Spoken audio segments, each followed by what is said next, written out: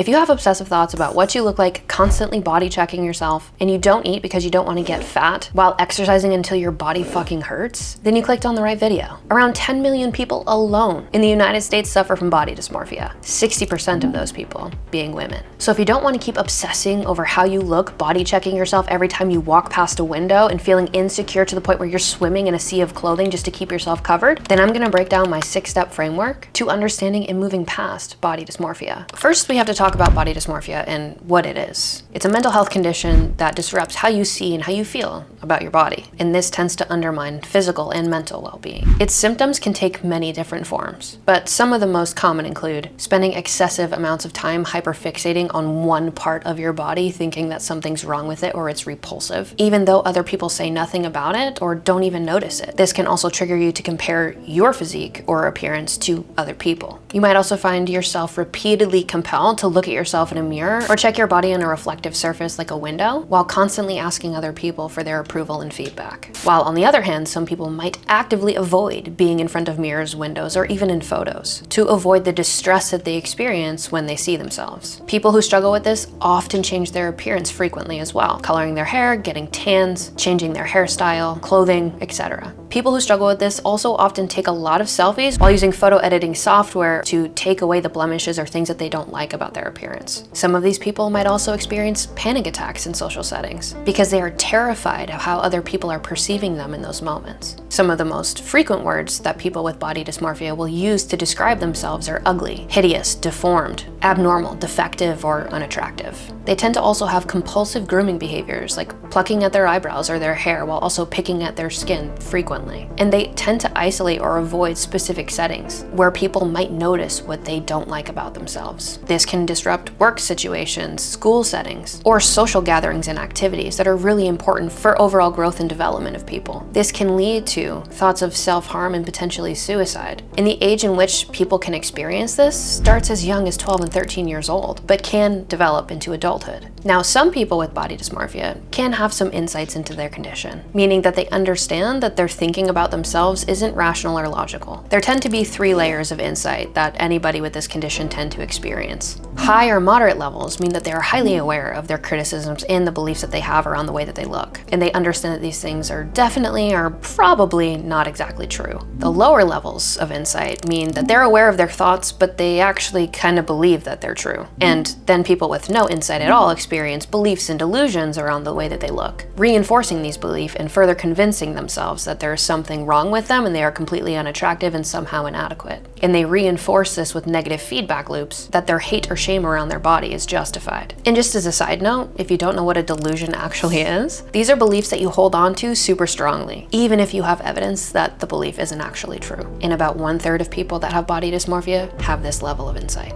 People with body dysmorphia also have a higher proclivity to experience other mental health conditions, such as anxiety, depression, eating disorders, obsessive compulsive behaviors, or substance use disorders. So now that we've covered what body dysmorphia actually is and the symptomology or presentation of it, we're gonna dive into the framework on how you can stop feeling this way or start to overcome this experience. This is addressing the belief that your body is where your value comes from. Oftentimes our self-worth comes from the things that people have reinforced about us that we are taught our value comes from. So if you're somebody who grew up with people constantly telling you that you're beautiful or you're attractive, people gawk at you, you might feel insecure about that. Or if you're somebody who's been rejected chronically due to the way that you look, you might internalize that there is something wrong with you and hyperfixate on changing that about yourself. What we want to do is actually embrace the parts of you that you feel shame around. If you've ever watched 8 Mile, it's one of my favorite movies, but at the end where he pulls out this rap where he constantly makes fun of himself, so the person that he's battling with has nothing to say, that's what I want you to do with some of your insecurities.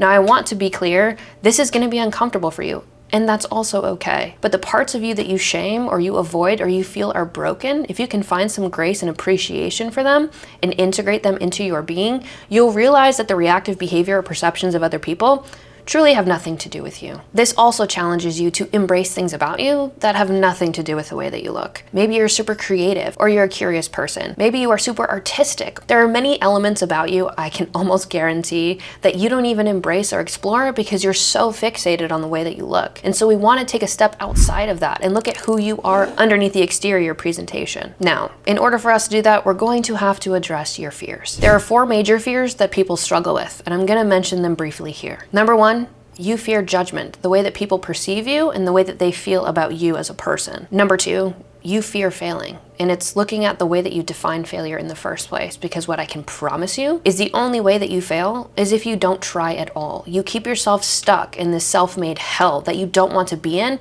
but you also can't comprehend what life would be like outside of that. Number 3 is uncertainty. Even if you take the step, is it going to lead to the outcome that I want? This is where you likely have some OCD tendencies and you want to exercise control while understanding, yes, the next best step for me to take would be to embrace other parts of myself, but how do I know that will stop the thoughts? How do I know that that will lead to anything positive? And it's not for the lack of knowing what to do. It's for your desire to control the side effect of doing it. And what I want you to embrace is the fact that time is the only thing that we have guaranteed that will pass. But if indeed you prioritize yourself first, you will drive yourself down a path that will be the adventure of your life in a very positive direction. And moving on to the last fear that many people battle with is the fear of success. But this is where self-sabotage comes into play for many people. It's not that you cannot consciously and logically say that that would be good for me. It's that there is a trade-off always when we are moving towards a goal. Letting go of your fixation on your body, letting go of the control you have over food and exercise, letting go of other people's perceptions of you, speaking up when you have something to say. And a lot of people have fears around what that would look like. Do I have to trade off these parts of me in order to achieve this? That's what I mean by fear of success. It's the constant challenge of transformation that you have to undergo while not being certain, because you will never be certain, of what things you have to let go of in order to get there. Which brings us to point number 3, understanding who you are outside of what you look like. We all run this internal narrative of who we are and how we should show up in the world, which puts people in a position to often wear masks in different social situations and not actually show up authentically as themselves. So the first thing that I want you to explore is, what is your internal narrative? Ask yourself the question around your belief. And many of the women that I've worked with on this have ideas such as these. If people see the real me, will they be completely repulsed? If I can see the problem, everybody else must be seeing it too. If I relax my standards, then I'll completely let myself go. And I say that laughingly because that was definitely a belief that I had. If I don't look perfect or fit the ideal, then nobody will ever love me. If I can finally look attractive, then maybe I'll be successful in life. And that is the motivation that drives you to fixate on these things. Or if I'm ugly, then I have no value. We have to look at other ways of understanding your value and your appearance. And we have to start addressing these beliefs and looking at how unrealistic they actually are in reality. The other thing I will challenge you to do is look at receiving other forms of compliments from people. I spent a lot of my life receiving compliments for the way that I looked, to a point where I actually started to resent it. But there were people that I would surround myself with that started complimenting my intellect, the way that I speak, the way that I make them feel, my curiosities, my love for psychology and philosophy, because I want everybody to self-actualize the way that they want to. And those are parts of me that I've been able to integrate by receiving that feedback instead of only focusing on and resenting people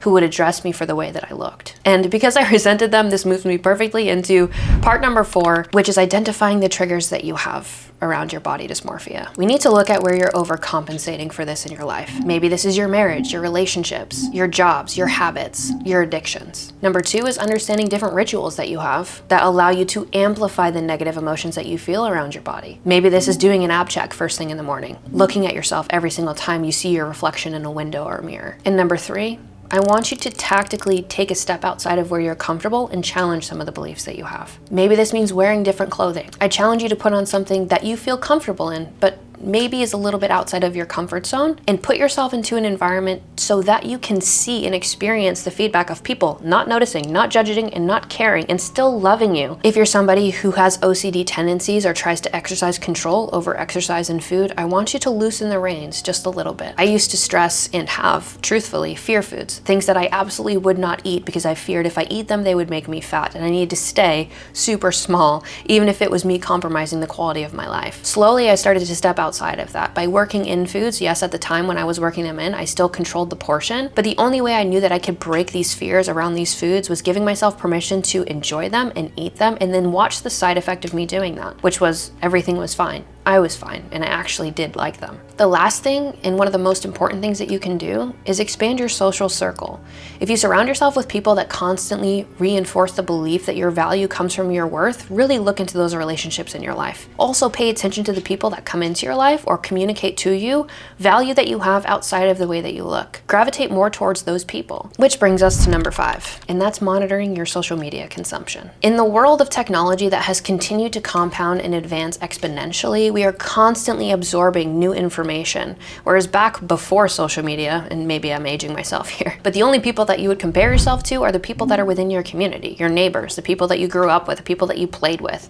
It wasn't the entire world. And every single time, especially if you have a fixation on your body or your beauty or the comparison trap that you find yourself in that amplifies negative emotion or reinforces negative thoughts about yourself, then we have to remove the stimulus that is activating those thoughts in the first place. And so tuning out the white noise of what everybody else is doing and how everybody else looks and how many followers everybody has, how many likes, comments, shares, how many men or whatever, none of those things actually matter, because you don't want to create a curated version of you that other people love that isn't actually you. The first step, limit your social media time. The first thing that I did was actually delete my apps off my phone. And so removing that and allowing yourself to freely express and understand yourself a little bit better will give you the clarity of vision that you need to actually become attuned to who you are, what you want, and where you want to go, while breaking the chains of the things that keep you stuck in this ridiculous hellhole. Which brings us to our sixth and final step, and this is integration and acceptance. I spent a lot of time feeling like I had to change and fix and solve this problem within me, but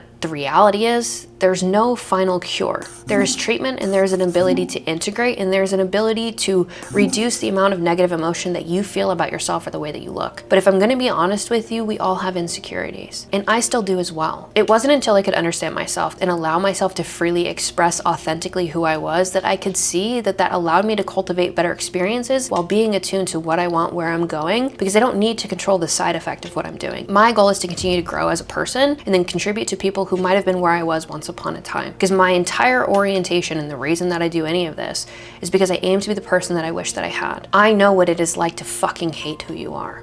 I know what it's like to go to bed and pray you don't wake up the next day. I know what it's like to feel like you will never be able to receive love because you don't look a certain way. Outside of integrating these parts of you and truly letting them present themselves in the world is accepting the fact that you're gonna have bad days. And I know that that's not sexy, but it is true. So this is how you overcome body dysmorphia. And if you wanna learn more about the 13 most common fitness myths, then click the video below and I'll see you there. If not, fuck off. Bye.